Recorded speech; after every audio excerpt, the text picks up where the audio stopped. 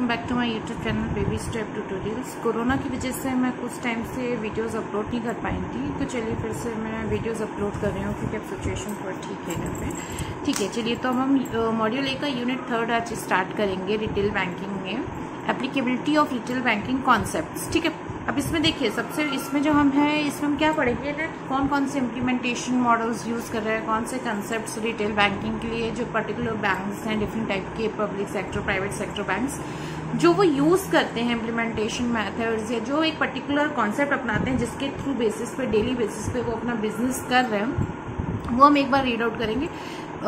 इसमें क्या है, थोड़े बहुत पॉइंट्स हैं जो इंपॉर्टेंट है, जिससे रिलेटेड क्वेश्चंस आते हैं। ये चैप्टर इंपॉर्टेंट है, ठीक है, इसमें हम देखेंगे कुछ पॉइंट्स।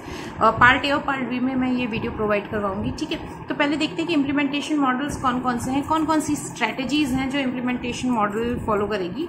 देखिए, एक तो क्या होता है, एंड टू एंड आउटसोर्सिंग होता है, फिर प्री डोमिनेंट आउटसोर्सिंग होता है, पार्शियल आउटसोर्सिंग होता है, इन हाउस सोर्सिंग होता है। ठीक है, अब देखिए एंड टू एंड आउटसोर्सिंग क्या हुआ ना, जैसे आप एक ऐसे समझ लीजिए ना, हम क्या कहते हैं, जैसे बैंक्स हैं, कुछ वेंडर्स लेते हैं ना, जैसे एटीएम मशीन्स हैं, अब बैंक खुद करने लगी है, लेकिन पहले क्या होता था, कुछ बैंक्स अभी भी क्या करते हैं, आउटसोर्स करते हैं। जो वेंडर्स होते हैं उनको पैसा देते, वो पैसा डालते हैं बैंक से, वो फी लेते हैं, उसके लिए पूरा जो बिजनेस सेटअप है, जो भी नेगोशिएशन हुआ होता है उसके हिसाब से वो लोग काम करते हैं। मींस बैंक के एम्प्लॉयज को जाके एटीएम में पैसा नहीं डालना होता है, एक तरीके एग्जाम्पल है, ठीक है ना। तो उसी टाइप से क्या होता है, अब हाउस सोर्सिंग क्या हो गया कि जैसे इस टाइप से हो गया कि जो भी कंसेप्ट हैं, ये जो भी प्रोडक्ट है वो अंदर आपके बैंक के अंदर के एम्प्लॉयज ही बना रहे हैं, वही पब्लिश कर रहे हैं, वही कर रहे हैं, आउटसोर्स वेंडर्स का कोई यूज नहीं हो रहा है इसमें। ठीक है, पार्शियल आउटसोर्सिंग क्या हो गई कि ठीक है, आप वेंडर्स भी यूज कर रहे हो, थोड़ा प्रोडक्ट आपका है लेकिन आप उसको करने के लिए वेंडर्स का यूज कर रहे हो ना, ठीक है ना, उस टाइप से। और प्री डोमिनेंट आउटसोर्सिंग एक है। ठीक है, तो ये सब हैं, 4 हैं, आपको याद रखने हैं। ठीक है, आउटसोर्सिंग का मीन्स ही, जब आउटसोर्सिंग आ रहा है, इट मीन्स है कि आपका बाहर से वेंडर से रिलेटेड है। ठीक है, नाउ क्या है कि जो इम्प्लीमेंटेशन मॉडल्स होते हैं आपके, वो प्रोडक्ट डिपेंड करते हैं किस चीज में। देखिए, मॉडल्स कैसे डिपेंड कर रहे हैं किस चीज पे, आपकी जो प्रोडक्ट की रेंज है, प्रोसेस क्या है, रिक्वायरमेंट क्या है, टेक्नोलॉजी क्या यूज की गई है, डिलीवरी कैपेबिलिटीज क्या है, ह्यूमन रिसोर्सेज कौन कौन से यूज हो रहे हैं, कहाँ कहाँ यूज हो रहे हैं। जैसे मीन्स आपका ऐसे हो गया, सर्कल ऑफिस लेवल पे है, या फिर आपका केवल ब्रांच लेवल पे है, आउटसोर्सिंग आप कर रहे हो, आपको बैंक्स में उसकी सर्विसेज नहीं प्रोवाइड करवा रहे हो, तो वो सब चीजें हैं। ठीक है ना, तो implementation models in particular variables जो होते हैं उनको यूज करके आपका डिसाइड किया जाता है। अब देखिए ना, कुछ प्राइवेट बैंक्स में क्या होता है, उनका होता है कि कस्टमर टू कस्टमर आपकी एक एक सर्विसेज टाइम टू टाइमली देके उसको तुरंत से तुरंत रिजॉल्व की जाए। पब्लिक सेक्टर बैंक्स में उसी चीज में थोड़ा सा टाइम लग जाता है, कॉम्प्लेक्सिटीज अलग होती हैं, अलग मॉडल से चूज कर रखा होता है। फॉरेन बैंक के अपने अलग कॉन्सेप्ट्स हैं। ठीक है, तो डिफरेंट रहता है, जो आपके जो वेरिएबल्स हैं उन पे डिपेंड करता है कौन सा इम्प्लीमेंटेशन मॉडल आप यूज कर रहे हो। ठीक है, अब इसके बाद क्या है, बहुत से जो पब्लिक सेक्टर बैंक्स हैं वो हाउस रिसोर्स को यूज करते हैं। ठीक है ना, मतलब वो आउटसोर्सिंग का कम यूज करते हैं। मैंने अभी आपको बताया ना कि जैसे पहले बैंक्स आउटसोर्सिंग का यूज करता था, अभी क्या है, थोड़ा सा इन हाउस रिसोर्सेज को यूज ज्यादा करने लगा है, उसको ज्यादा अपना जो है ना बढ़ावा दे रहा है। ठीक है, अब आउट फॉर सम एक्टिविटीज क्या हुई, जैसे देखिए आउटसोर्स के लिए जो कुछ एक्टिविटीज होती हैं वो कौन कौन सी होती है, एटीएम कार्ड की होती हैं, क्रेडिट कार्ड, डेबिट कार्ड वगैरह के लिए। ठीक है, इसके लिए हम क्या करते हैं, आउटसोर्स यूज करते हैं। ठीक है ना, किस लिए कि इन हाउस फैसिलिटीज का लैक है। लैक मीन्स क्या हो गया ना, अब जैसे एक ही मान लीजिए किसी पर्टिकुलर ब्रांचेस में आप भी जानते हैं कि कितने कस्टमर, कितना बड़ा डेट कस्टमर बेस है, तो अगर इसके लिए अगर हम एम्प्लॉयज को एटीएम्स के, आप देखिए जो ब्रांचेस के पास में एटीएम्स हैं उसमें तो डाल सकते हैं एम्प्लॉयज जाके, पर कुछ एटीएम्स ऐसे मेट्रो स्टेशन पे होते हैं आपके, या फिर कहीं एक पर्टिकुलर मार्केट में है जहाँ के आसपास आपकी ब्रांच नहीं है, तो वहां डालने के लिए प्रॉब्लम होगी ना। तो हम क्या करते हैं, उसके लिए जैसे पार्शियल आउटसोर्सिंग का यूज कर लिया कि आपके बैंक्स की ब्रांचेस में तो हम ही डाल रहे हैं, लेकिन आज दूर की जो एटीएम्स हैं उनमें डालने के लिए हम आउटसोर्स वेंडर्स का यूज कर रहे हैं। तो वो सब चीजें जो है ना, इन सब के लिए आउटसोर्सिंग की जरूरत पड़ती है। मतलब ये एग्जाम्पल है। ठीक है, अब आपका देखिए, ओल्ड प्राइवेट सेक्टर बैंक्स जो होते हैं वो क्या करते हैं, इन हाउस रिसोर्स ओनली का ही यूज करते हैं, मींस इसमें आउटसोर्सिंग बिल्कुल भी यूज नहीं की जाती है। ठीक है, अब देखिए ये तो हम बात कर रहे थे ओल्ड प्राइवेट सेक्टर बैंक्स है। अब जो new generation private sector banks हैं ये मिक्स होता है, जिसका आउटसोर्सिंग भी ये यूज करते हैं और इन हाउस फैसिलिटीज भी यूज करते हैं। ठीक है ना, देखिए ना, प्राइवेट सेक्टर बैंक्स में फैसिलिटीज इसलिए बेटर है क्योंकि बहुत सी सर्विसेज के लिए आउटसोर्सिंग वेंडर्स का यूज करते हैं, जिसकी वजह से इनके जो काम है इन हाउस फैसिलिटीज के थ्रू हो रहे हैं, और बाकी जो काम थोड़े से कॉम्प्लेक्स हैं या नहीं इनसे एम्प्लॉयज से कर पा रहे हैं तो उसके लिए तुरंत आउटसोर्सिंग वेंडर्स का यूज कर लेते हैं, ठीक है ना। तो ये आपका हो गया।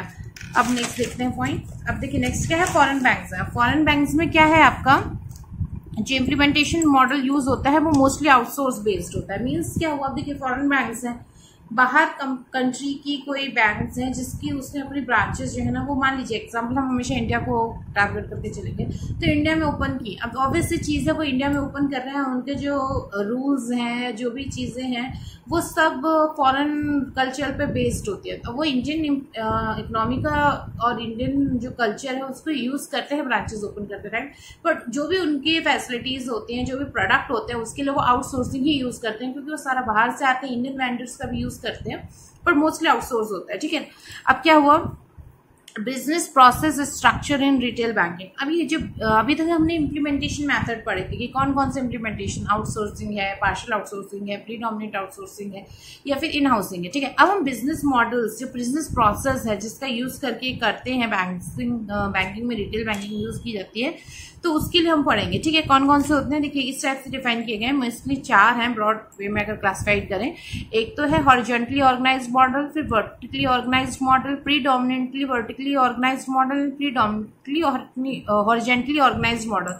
इन चारों का भी हम आगे एक्सप्लेनेशन भी देखते हैं, ठीक है। तो हॉरिजॉन्टल और वर्टिकल मॉडल क्या लिखा है कि depends on the level of customer information available in a single platform in the database side. Means क्या हुआ, जो आपका कौन सा मॉडल यूज करना है, हॉरिजॉन्टल यूज करना है, वर्टिकल यूज करना है, उसके लिए जो आपके पास कस्टमर इन्फॉर्मेशन अवेलेबल होती है डेटाबेस में, उसमें आप कैसे प्रोडक्ट आप उनको देना चाहते हो, कैसा आपका कस्टमर बेस है, किस किस को देना चाहते हो, उसके अकॉर्डिंगली आप अपने मॉडल्स चूज करते हो, ठीक है। कि आपको हॉरिजॉन्टल लेना है, वर्टिकल लेना है, प्रीडोमिनेंट हॉरिजॉन्टल या वर्टिकल लेना है, कौन सा मॉडल लेना है, ठीक है। अब देखिए क्या हुआ, horizontally organized model is a modular structure using different process models for different products offering end-to-end solution product wise, ठीक है। मीन्स क्या हुआ, हॉरिजॉन्टल और ऑर्गेनाइज्ड मॉडल क्या होता है कि आपके जितने डिफरेंट प्रोसेस मॉडल हैं, जितने आपके प्रोडक्ट्स हैं, डिफरेंट प्रोडक्ट्स हैं, उनके लिए डिफरेंट स्ट्रैटेजीज का यूज किया जाता है, ठीक है। मान लीजिए आपका एटीएम है, उसके लिए स्ट्रैटेजी डिफरेंट है, क्रेडिट कार्ड है उसकी डिफरेंट है, चेकबुक है उसकी डिफरेंट, मतलब आपका जो भी प्रोडक्ट है, चाहे डिजिटल बेसिस पे बात हो रही है, एम्प्लॉयज के लिए बात हो रही है, एक एग्जाम्पल मैं दे रही थी, तो उसके लिए आपके अलग अलग जो कॉन्सेप्ट हैं, अलग अलग सारा मतलब आपका सब अलग होता है, मतलब उसके लिए पूरा जो वर्किंग कल्चर होता है वो पूरा अलग रखा जाता है, ठीक है ना। डिपार्टमेंट्स होते हैं ना आपके सारे, तो वो ताकि एंड टू एंड सॉल्यूशन मिले, मतलब एक दूसरे से डायरेक्ट उनका जो कॉन्सेप्ट है वो लिंक्ड रहे, ठीक है। अब वर्टिकली ऑर्गेनाइज्ड मॉडल क्या रहता है, ये ऐसी फंक्शनैलिटी प्रोवाइड करता है कि products with customer database orientation and centralised customer database used across products.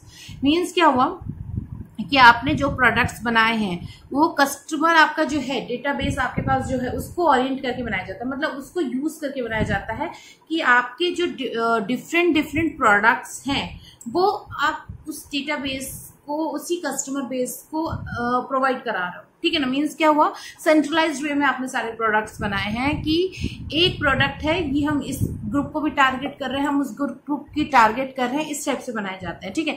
Predominantly organised मतलब ऐसे समझ लीजिए कि आपने जो एक प्रोडक्ट बनाया है उसके लिए जो आपके प्रोसेस है वो सेम प्रोसेस कभी कभी यूज हो जाती है, ठीक है। Predominantly organised horizontally organised model क्या होता है, प्रोडक्ट ओरिएंटेड होता है, ठीक है। ये देखिए प्रोडक्ट ओरिएंटेड, तो ये ध्यान रखिएगा इसमें, ठीक है, विथ कॉमन कस्टमर इन्फॉर्मेशन, ठीक है। मतलब इसमें क्या था, वर्टिकली वाले में आपका कस्टमर ओरिएंटेशन में ओरिएंटेड होता है, पर इसमें आपका प्रोडक्ट ओरिएंटेड होता है, ठीक है। जो पीएसबीज होते हैं, पब्लिक सेक्टर बैंक्स होते हैं, वो हॉरिजॉन्टली ऑर्गेनाइज्ड मॉडल को यूज करते हैं, ठीक है।